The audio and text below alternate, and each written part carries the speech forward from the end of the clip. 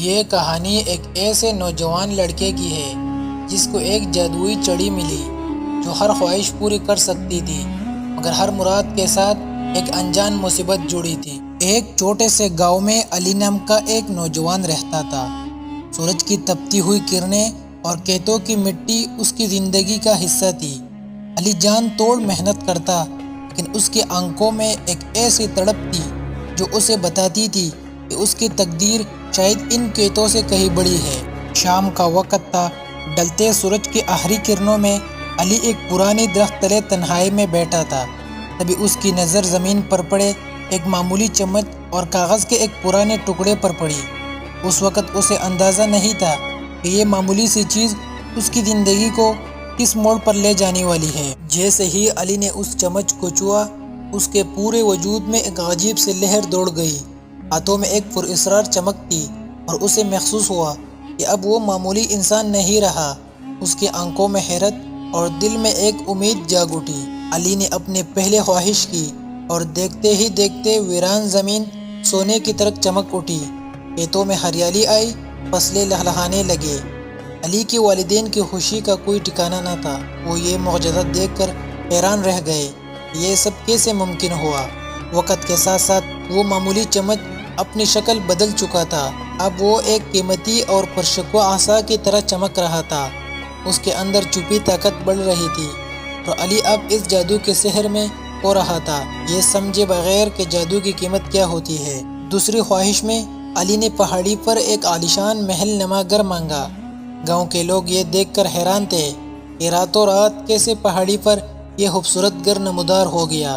علی کی زندگی بدل گئی تھی، لیکن کیا اس کا دل بھی بدل رہا تھا؟ آسائشوں کے درمیان علی تنہا بیٹھ کر سوچتا، کیا یہ دولت اسے وہ سکون دے سکی جس کی اسے تلاش تھی؟ اسے محسوس ہونے لگا طاقت اسے خود سے دور کر رہی ہے۔ اس کے چہرے پر کامیابی نہیں بلکہ فکر اور کشمکش آیا تھی۔ علی نے وہ پرانا کاغذ دوبارہ نکالا اور اسے غور سے پڑھا۔ اس پر قدیم زبان میں لکھا تھا، خود غرض خواہشات کا انجام زوال ہے۔ یہ پڑھ کر اس کے رونگٹے کھڑے ہو گئے۔ اسے سمجھ آ گئی کہ وہ کسی غلط راستے پر چل پڑا ہے۔ جادوئی عصا اب اس کے ذہن پر اثر انداز ہو رہا تھا۔ اسے لگنے لگا کہ وہ اس طاقت کا مالک ہے اور سب کچھ اس کے اشاروں پر ہونا چاہیے۔ یہ وہ مقام تھا جہاں غرور اس کے دل میں جگہ بنا رہا تھا اور علی خود کو بدلتا ہوا محسوس کر رہا تھا۔ اچانک آسمان پر سیاہ بادل گرجنے لگے۔ گاؤں پر ایسا خوفناک طوفان آیا کہ سب کچھ تباہ ہونے لگا۔ بجلی کی کڑک اور تیز ہواؤں نے فصلوں کو زمین بوس کر دیا۔ یہ قدرت کا انتباہ تھا یا علی کے تکبر کی سزا؟ طوفان کی تباہ کاریوں کے بیچ علی تنہا کھڑا تھا۔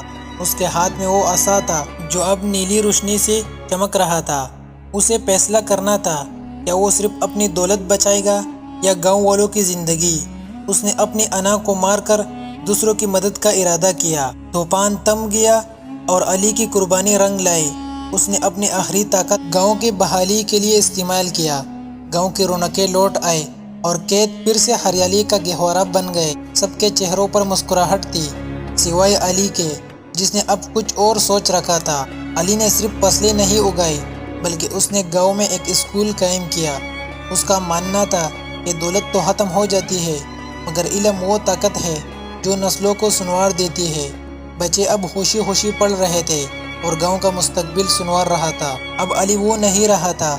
اس کی آنکھوں میں اب دولت کی چمک نہیں بلکہ سکون کا نور تھا۔ وہ ایک درخت کے سائے میں بیٹھ کر گاؤں کے بچوں کو ہنستے کھیلتے دیکھ رہا تھا اور اسے احساس ہوا کہ اصل خوشی دینے میں ہے نہ کہ لینے میں۔ آخرکار علی کو سمجھ آ گئی کہ زندگی کا مقصد کیا ہے۔ وہ محل، وہ کھیت سب پانی تھے۔ سچی کامیابی تو اس گاؤں کے ہنستی مسکراتی زندگیوں میں تھی جنہیں اس نے سنوارا تھا۔ علی نے دنیا کو یہ پیغام دیا کہ طاقت کا اصل استعمال دوسروں کی زندگیوں میں خوشیاں بکھیرنا ہے۔ اگر یہ کہانی آپ لوگوں کو اچھی لگی تو ایسے سبق آموز کہانیوں کے لیے ہمارا چینل سبسکرائب کریں۔ شکریہ۔